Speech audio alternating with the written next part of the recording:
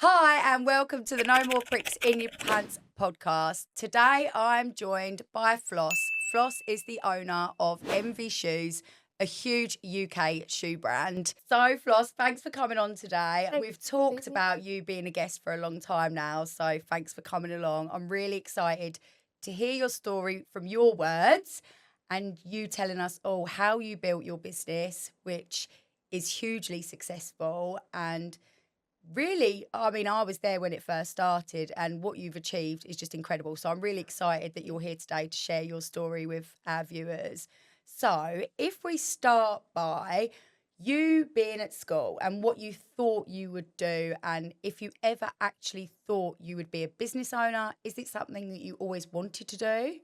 Yeah, I feel like from very young, I knew exactly what I wanted to do. And I remember telling people at school, like, I wanted to do fashion. They were all like, what? Like, I knew that Yeah. that was what I was doing. I didn't know necessarily my own business. I thought maybe more like the marketing side or I don't know, but I knew it was going to be in the fashion industry. That was 100% what I wanted to do. And so people were like, oh, do you not want to go and do this degree, this degree? I was like, no, Yeah. Well, I think there's that's what I just want to do. And that was that. it's really good at such a young age. You knew in your mind, Yeah. no, fashion is for me. That's what I want to do. I don't know how, I Yeah. don't know what, but that is what I'm going to do.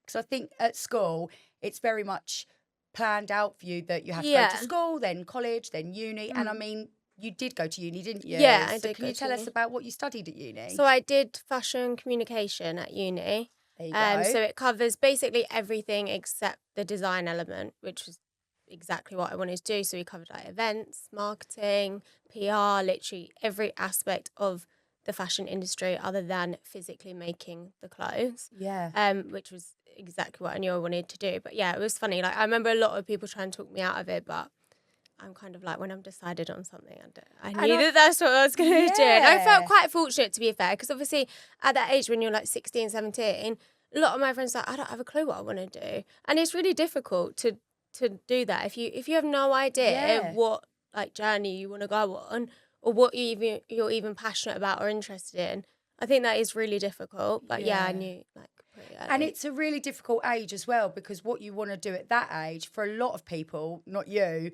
it changes. So 100%, sometimes yeah. people's careers might not take off until they're Yeah. like in their 30s or later on. And I So think even if you're at, even if you're at school and you study stuff or you go on to uni and do a degree, most people don't end up really working in what they've done their degree in. Like they don't because it's just on one subject and you might go and do loads of different other jobs after that have nothing to do with that degree. Like it's just, yeah. exactly, and it's something that they've done because they think they should do it. Mm.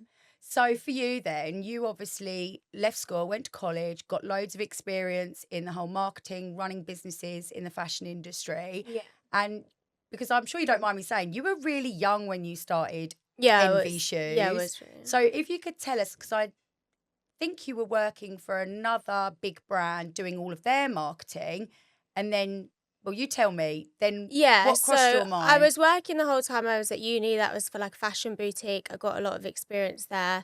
And then when I left uni, I got a job doing social media for a makeup company, Yeah. which was amazing. I mean, it was like growing really rapidly at the time. So it was Yeah, I really remember. exciting. And that Yeah. was, I think, where I kind of got the buzz for like building a brand. Like it's really exciting being that involved that closely with all elements. Like obviously my job was social, but obviously we ended up like looking at the products and naming Yeah. things and all the different aspects that go into a brand because we were such a small team at the time. I mean, in the time that I was there, it grew, the team grew huge, but at the start, I think there was maybe 5 of us in the That's office, including the amazing. founder. So we were all really like involved in it. And yeah, it was exciting. It was fun to be building something, watching it grow. Like it was really Yeah, good. So and I I gained a think lot of experience while I was there. hats off to you as well, because obviously, whilst there's so many different aspects of like marketing a brand, as we know, even then and now, social media is such a big part of it.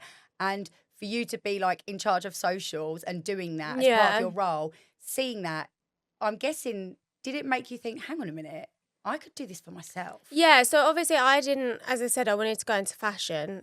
I didn't necessarily want to go into the beauty or makeup industry. So I knew it wasn't like it was kind of like a first job out of uni type thing. I really enjoyed it, but I knew it was going to be in the fashion industry rather Yeah. than kind of beauty. But I could see at that time, I mean, this was 2017. So this was like before TikTok, but Instagram was getting massive in terms of like Yeah. influencer marketing and even just people using Instagram. Like Yeah. that was where it really kind of was at its peak of growing, and Yeah. everyone was on it all the time, buying from it, etc., etc. It had such a huge reach at that time as well. Yeah. Like people's engagement was crazy. Yeah.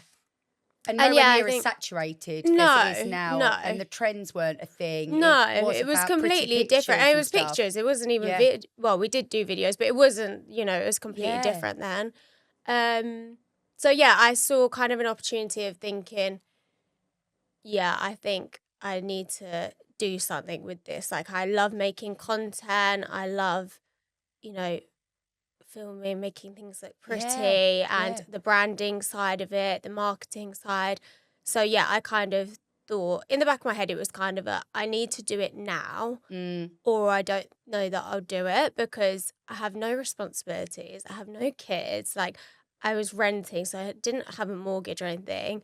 So I just kind of thought, if I don't do it now, When will you? I probably would But have that ended up doesn't- doing it at some point. But I just think in my head, it was like that. Now and There ever. also wasn't a question that it wasn't going to work.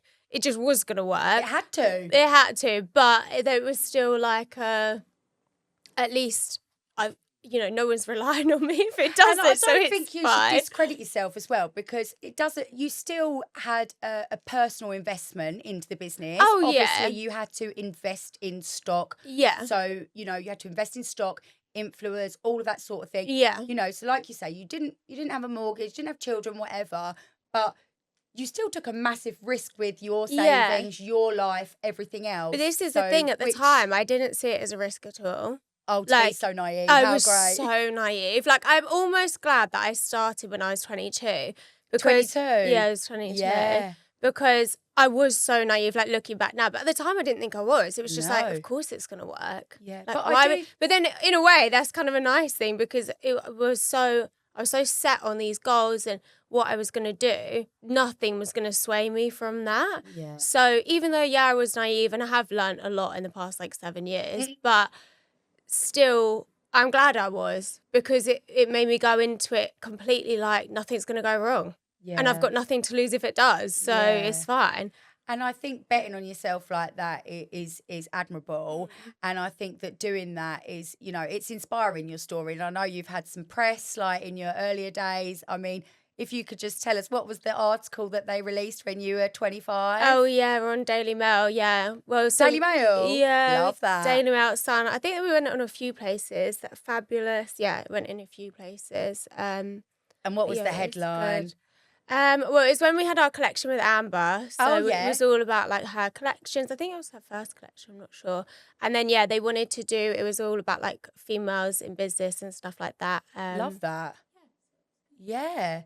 So your milestone that you hit, so I know people get uncomfortable talking about money, and I know you like to play your cards close to your chest, but we're here today to celebrate everything that you've achieved, all that you've done, and to obviously inspire other people that, think that things may not be achievable, and they really, really are. And let's be honest, by the age of 25, you had become a 7-figure business. And I think that that's something that should be congratulated, because whilst you didn't have kids or whatever, or a house, or you still worked, and it was all you. Blood, sweat, tears. So the content, the marketing, the sourcing the stock, the selling the stock, the packing, everything. Yeah. And when was it that you decided, right, I need to get some staff? Because was it quite soon, or? No, I mean, I am a little bit of a control freak, I'm not going to lie. So You're a what? a control freak, little did you bit, say? You just a bit of a mumbled control that bit there.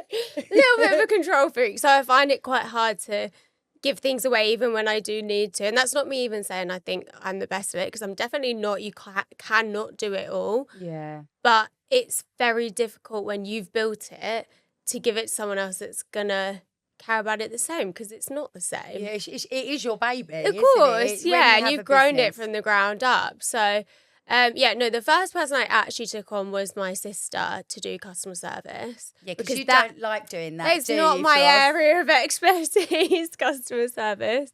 And she's really good at that. So she was kind of the first one. And yeah, I mean, it was all kept very much kind of within the family at the start, to be honest. I mean, my dad's been helping with it. Yeah, Love him let's give a since shout out to literally Dad. day one. Yeah. Bless him. He's been through Biggest every fan. single. Oh, I don't know if he's the biggest fan anymore.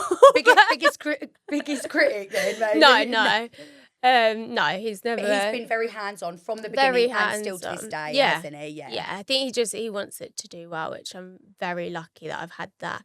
And that's probably why when you started out, you knew it would be successful because you have had that backing from your family. Yeah, which I do think is a massive thing. Like, I remember calling him and saying, I'm going to move out of my flat, I'm going to come back, live with you, and I'm going to start business. He was like, okay, cool.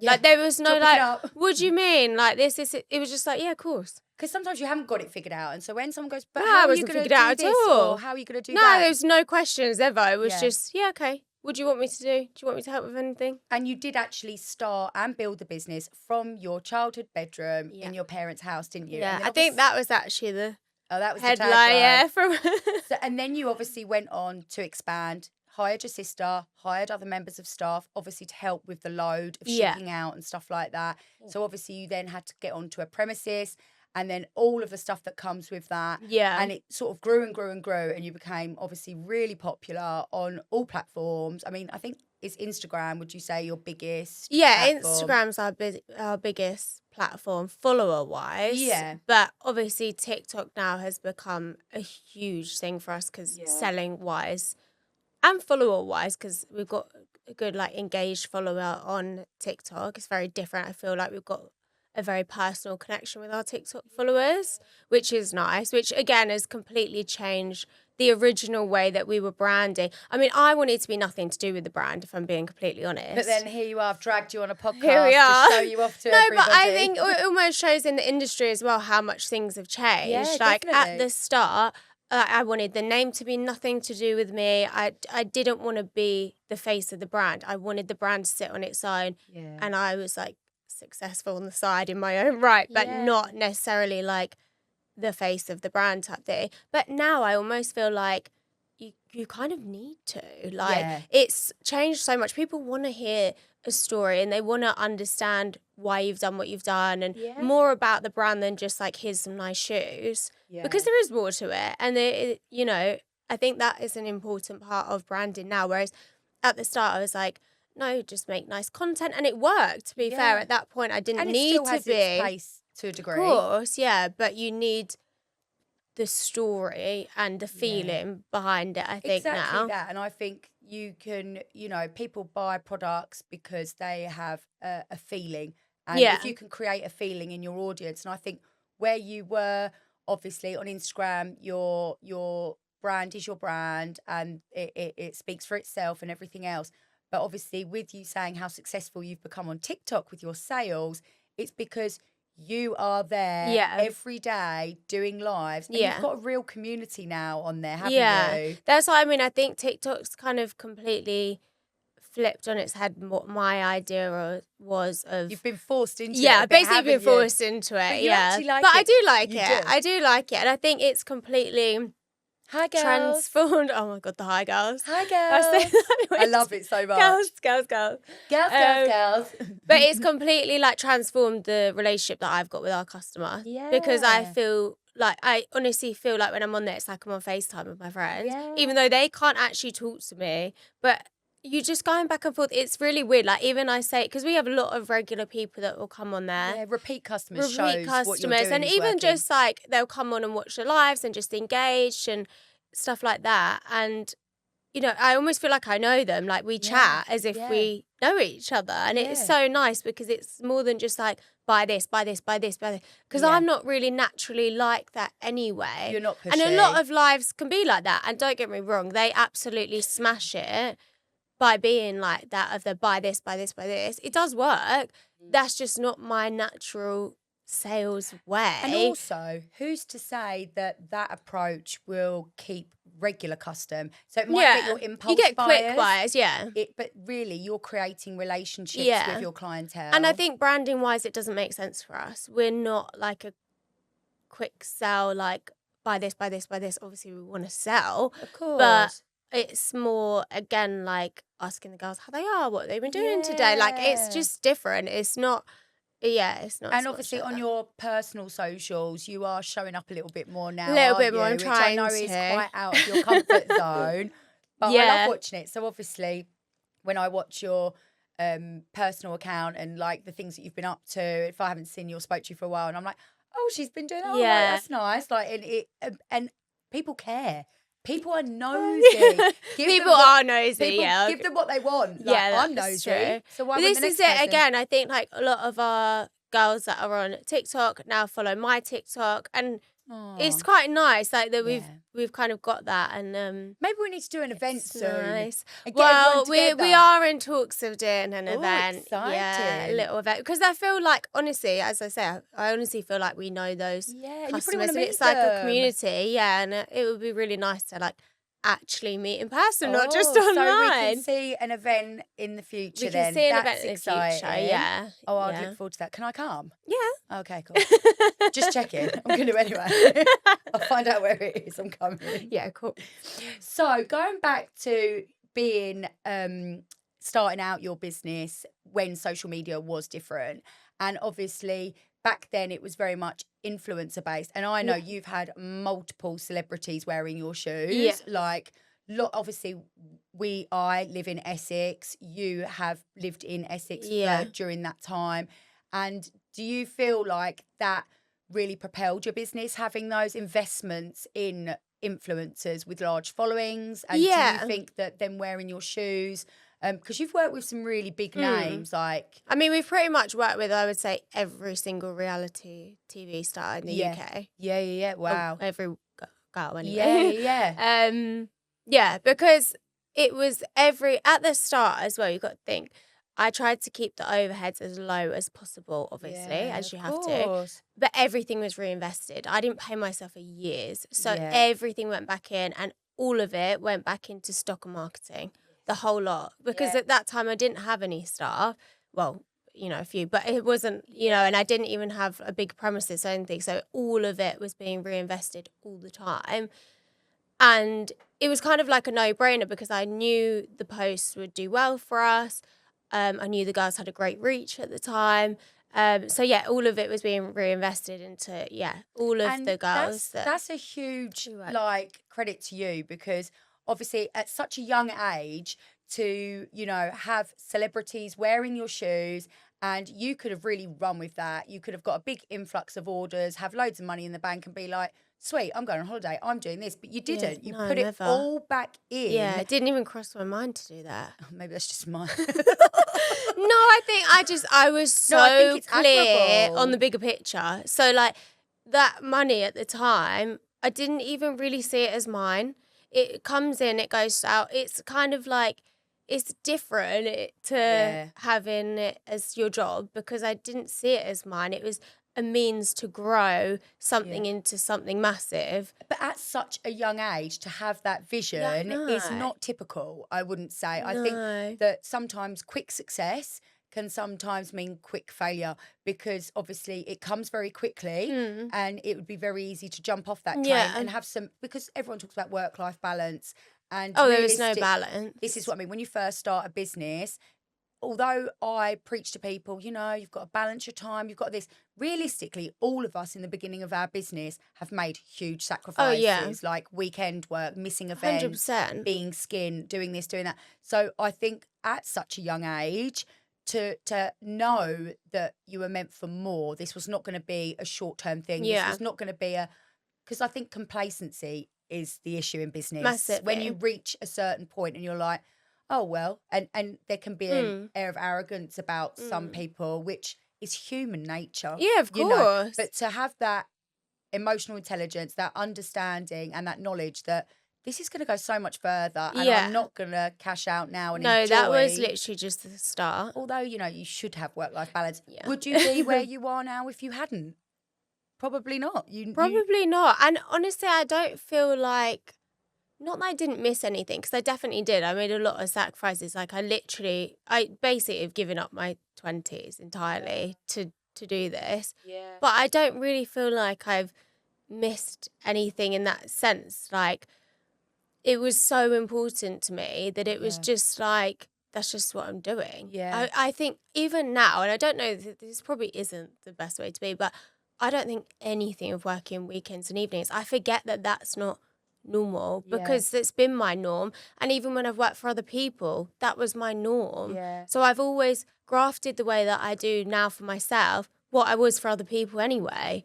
So it's never really been like, oh, it's the evening, I'm going to relax. Yeah. No, I don't No. think I do And feel like also that. because you are, you know, using and utilising pinnacle times in the day or evening, it is going to be unsociable hours. But when you say unsociable, what I mean, going out, what, and This when you is say what I not missing mean. Like, what out, if I miss partying? Like, I've still spent time with my family and yeah, my close friends.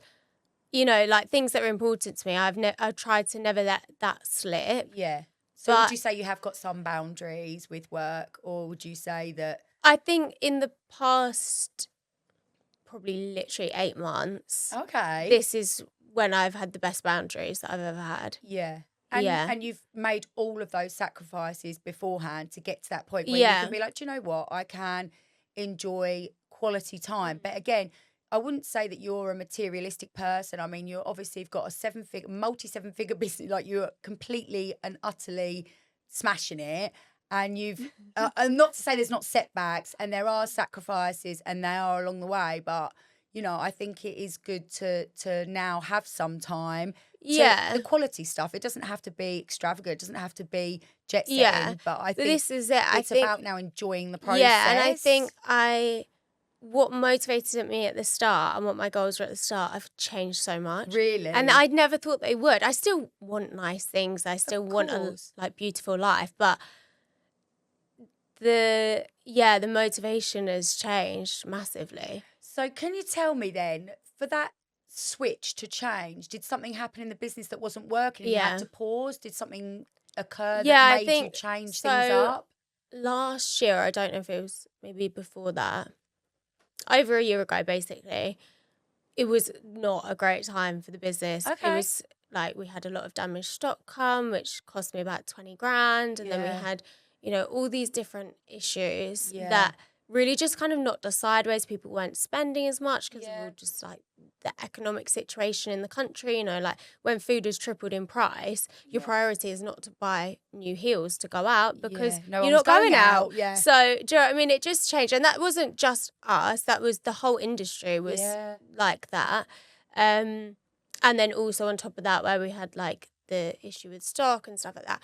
Yeah, it was just a difficult time. And I think it was on the brink, of literally all day, every day being chased for money is Yeah. extremely stressful. So you Like, I became would a not wish full-time that on anybody because it's horrible. and doing it sort of, I mean, I know you have the support of your family and your dad, but Yeah. really it's on you. Oh, it's on me. It's Yeah. my problem. If Yeah, it goes, do and you know what I mean? It's only me that's the director. So that's it. If Yeah. something happens, that's on me. And I think it's really good and vulnerable for you to share that with people because obviously people that are aspiring businesses and they look at other businesses for inspiration, I think it'd be very easy to be like, oh wow, and have no idea the stress of Oh my when God, you it was think, so oh, how am I stressful. going to pay that this month? It's Next month horrible. could And having be, to pay staff and warehousing and yeah, stock and marketing. Like, you can't just be like, oh, I don't fancy paying that this month. You still got to pay it to keep yeah, going. Like, you've still got to have your premises and all of that. Like, yeah, it's scary. I think it scared me yeah, how quickly I could have lost everything that I'd okay, built. yeah, And I thought, I've not done anything for myself yeah, in the whole 7-year period. wow, So I think it just completely kind of made me be like, oh, I do need to look after. Like, yeah, I think I see envy as, it's part of me massively, but it can't be the whole of me. Do you know There's what I more mean? to you than But it envy, had yeah. become like that, where it was like that was my entire personality, and all I did with my time and my weekends and my evenings. Do you know what I mean? Yeah. That came before anything else, which it's not healthy. And so I think like as much as you went through that really huge shake up and that fear of, oh my God, I'm struggling right now. Yeah. Business is struggling. what can I do?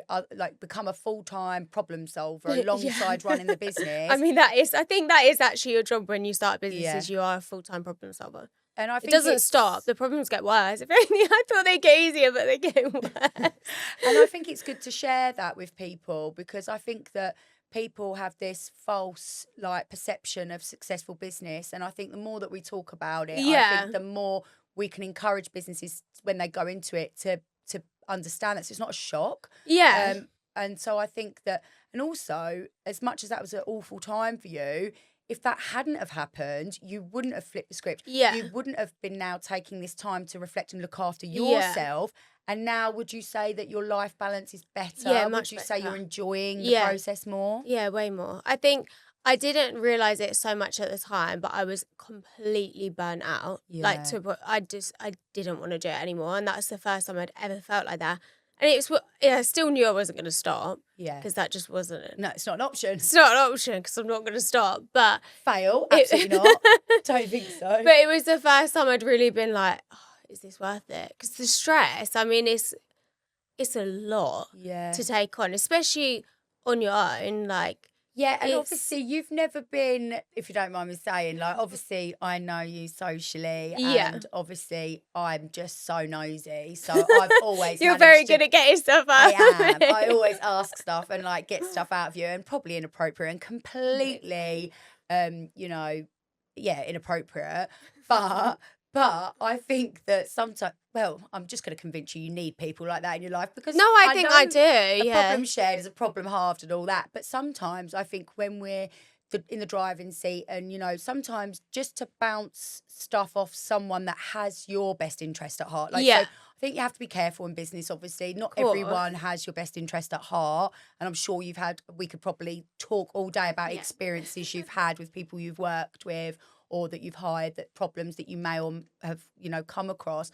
But I think with friendships and personal relationships, it's probably, for myself, speaking to someone that, one, gets it, and then two, gives advice or just listens and lets you find your own answers, because they actually genuinely want you to do well and they want you to succeed. And, sometimes there can be some envy from people. Ironic. Envy, that was not on purpose. Or some, because people just have ulterior motives. They don't necessarily and have. It's really hard to think that about people when you're not like it yourself. Yeah, I know. Do you find that hard? No, because I think I've seen it so much now. I'm so naive. I think, I don't know, I see it so much. But also, like you say, I'm very, I keep my cards close to my chest, so I won't tell someone something. No, but outside of family and people that are close to me, really that I knew before the business, I don't talk about things because A, it's not their problem. I don't want to be whinging all day about my problems. No. And B, people, they don't necessarily always have your best interests at heart. So you got to be careful with who you tell stuff to. But I'm like that as well with good things. I won't tell anyone something good, even after it's happened, but definitely not before it's happened. Yeah. Because, and is that something you've learned or always been like that? I think I've always been quite like that, but I think I've got worse. You've never shouted about your own success. I think I shout about it. Yeah, you do. But that's quite nice. No, but that's quite nice to have people around me that are more like that, because you push me more to be like that, and I'm not really like that. I think that's what friendship's about, and not just friendship. Like, obviously, you would have met people in business as well that have become acquaintances, shall we say, who you might socialise with, who you can still put your cards close to your chest, but that they still want you to do well. And I think having that community, like with your TikTok, and people want people to do well. Well, I do anyway. Yeah. And I think that's I nice when you meet those like-minded people as well. And I think that's why events and stuff like that are really, really good. And I think that some of the best people that I've met have been at events and networking events. And and it's not because of what you can gain. It's from what you can learn and also what you can do to support each other. Yeah. Like some of the best events I've been to have just been going to someone, of course you can do it. Really? Yeah. And then they do it because I've said, or they've said to me, or vice versa, or to whoever, why wouldn't you do it? And it might just be the thing that makes Yeah. you go, do you know what? Yeah, I'm Yeah. going to do that actually. I feel like we've can had do that. conversations like that, and I've thought, yeah. Yeah. Like, we can definitely do You that. definitely do it. I mean, because I think sometimes the imposter, I mean, it doesn't sound like you've got imposter syndrome because you just have told yourself, Yeah, I will I not don't fail think I ever. do. Yeah. But then I don't think you acknowledge your achievements enough to even have the Yeah. imposter syndrome. And that is kind of a problem in itself, though, because I think I was so, and this is what I mean even more so of like me changing the motivation, the goals. Because obviously when I started hitting all of those goals and all of these milestones I set for myself, I didn't really like think, oh, that's great. It was just like, okay, what's next? What's next? And I didn't really take the time to be like, oh, this is really good. It was just Exactly. like, oh, I've done that. What's next? Okay, I've hit that sales target that I wanted. Yeah. What's next? And this is what I say to people all the time who I chat to. And I say to them, like, you are never going to be happy if it's always an external achievement that you've reached. Yeah. And so what I say to people in typically the beauty industry, when I give my unsolicited advice, I normally say to them, like, what does your perfect week look like? What do you want your perfect week to look like? And they'll be like, well, I don't really want to work past 7 o'clock. And I definitely want to pick my kids up every day from school, for example. So I'll be like, okay, so are you doing that at the moment? They'll be like, well, yeah. And I'm like, so what's wrong with where you're at? Yeah. What are you seeking? Yeah. Are you wanting to do more to take yourself away from your perfect week? Yeah. For what reason? For external people to think you're more successful, for other people to praise you. You're going to take away your boundary, what you want, to pick up your kids, for example, every day from school and not work weekends, to fit in clients, sell more, be online, whatever it might be your business is. And it doesn't make sense because what are you doing it for? Because if you're constantly seeking external validation, you will never, ever achieve. And if you don't enjoy the process, what's it for? I think just pausing and being like, what's it for? Yeah. What but is that's it the bit for? that I'd lost, I think, at the end of last year because the material things weren't motivating me anymore. No. And I'd kind of lost sight of what it was for. Yeah. So I was just like, what am I doing this for? Like, yeah, I've got a nice car, right? Yeah. Cool. That's nice. But, Yeah. you know, I don't feel happy. I'm not driving anywhere because I'm working all Yeah, the time. exactly. Unless I'm driving to work and I go in it. Like, Right. do you know what I mean? I just Yeah. kind of had lost sight of that. And I think it completely made me flip of like you say, what does your perfect week look like? It's changed for me massively. Yeah. Before it would be working 24/7. It So wasn't what is necessarily your perfect week, Floss? I'd love to know how the perfect week of £1 million company. I'm going to sing your praises whether you like it or not. So tell me what your perfect week looks like. Obviously, it still involves a lot of work, but I genuinely enjoy what I do. Yeah. I don't see it as, oh, I've got to do this. Like, I actually still now check in with your enjoy mates it. on TikTok. Yeah, I've got to check in with everyone. I need an update on what's going on with What's everyone been doing for the weekend? I need to know. I haven't been anywhere, so I need to know what they've been doing. So yeah, I don't see that as work. Like, do you know what I mean? I still enjoy it. So still a lot of work. Obviously, as you know, I'm obsessed with my dog. I was about to say, we can't do a whole episode and not mention Coco. little Coco, no. So obviously going out with her every day is like, that's a non-negotiable for me. And also that like hour, say, where I go and walk her, I don't go on my phone, which is so rare for me. Yeah. But it forces me to just walk and think and just relax a bit and just kind of, but sometimes I come up with like the best ideas when I'm doing those walks because I'm not distracted by anything. Obviously, my phone still rings all the time and this and that, but generally in that like hour or 2 hours in the afternoon when I'm walking her, I can just think. And I think we miss that a lot, like especially as creatives or people that are entrepreneurs or making money for themselves. Like it's all about the, got to reply to this person, got to do this. And it's a lot. You haven't got time to go within and actually come up with the creative part of your brain that actually started your business in the first place. So I know it's easier said than done, like putting your phone away, but it's calm your nervous system, being not scrolling and dopamine seeking, etc. Like you will have the best constantly ideas. having like a million people, like my entire business basically is ran on WhatsApp. Like my phone just does not stop constantly. And it's just, to put it away. But you're right with because you can get so drawn in, because I think when you own business, you've got to cover all aspects. Like to me, certain things don't interest me and they drain me, like the facts, the figures, this. It's draining to me. It doesn't interest me. But that's because I'm more the creative side of it. And I know that's what I'm good at. But I still got to be good at that too, because otherwise, I'm missing that bit. So I don't want to, it's hard to keep your creative flow going when you're having to do all these different things and sort out supplies and sort out deliveries and logistics and all the boring stuff, really. Yeah. But it's still necessary. Yeah. But you still got to think, what do I want to do for autumn, winter? What do I want to do for Christmas? What's our big Christmas? Yeah, and to always have thinking the ahead. space to kind of think about that. Yeah. That's what I kind of use, like taking her out for. So that's obviously, I enjoy going out with her and I love her so much. But it's more like what she's done for me, forcing me to go out every day And slow down a bit, and also care for her, not just myself.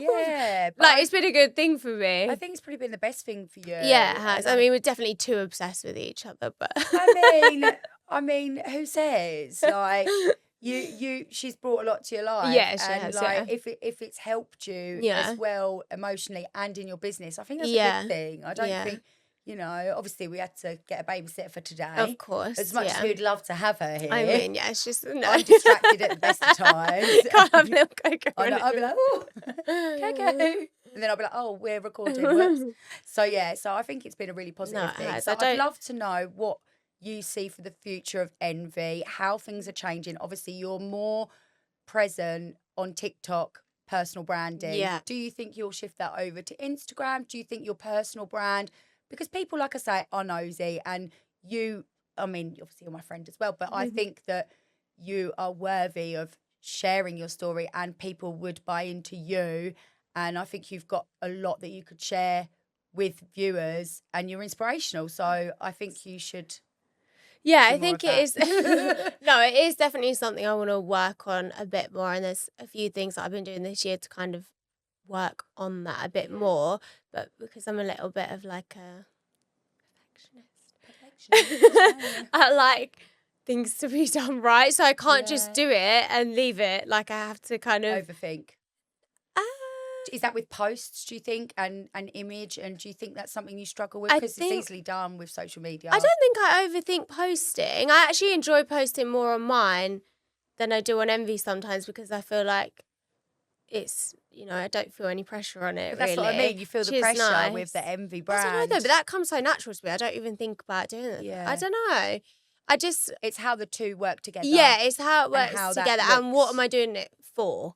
Like, exactly. Do you know what I mean? It's just like... And remaining authentic as well. Yeah, and everything has to obviously always stay on brand as well. But I find that easy because I think I am the brand. That's what you do, yeah. But I think that goes back to, again, where you were saying about, like, different people in business and, like, people that necessarily don't have your best interests and stuff like that.